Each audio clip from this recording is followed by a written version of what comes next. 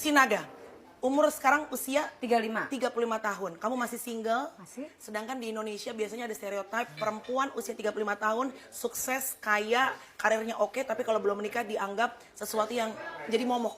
Kenapa sih belum nikah? Kok nggak mau, takut sama pernikahannya? How do you feel about that?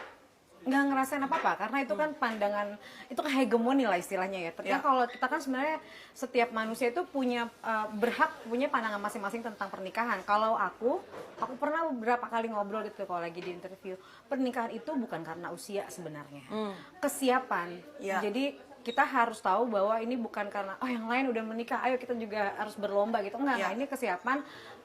Ini adalah cara aku juga loh menghargai pernikahan itu kan ada agama di situ, ada Tuhan di situ. Jadi itu kan salah satu kita menghargai itu untuk tidak main-main. Pengennya nanti kalau udah married satu kali seumur hidup.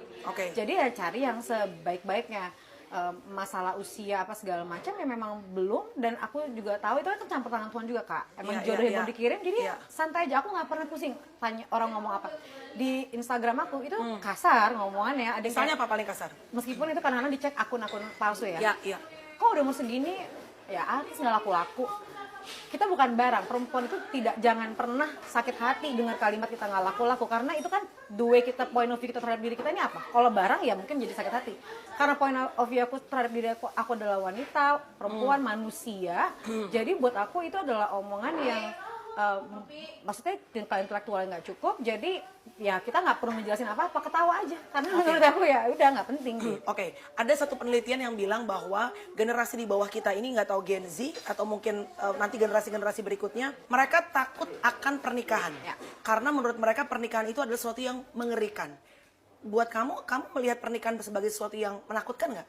Enggak. Enggak. Bukan menakutkan dalam artian gimana segala macamnya.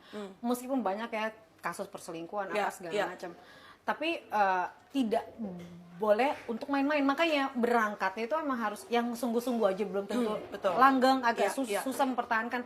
Apalagi yang penting nikah dulu deh, kan ada yang gitu. Yang penting gue udah pernah nikah dulu, yang penting gue punya anak dulu. Nggak bisa dong, apalagi punya anak itu tanggung jawabnya kan besar. Sayang kalau dihasilkannya dari yang penting cepet gitu loh, maksud aku. Betul.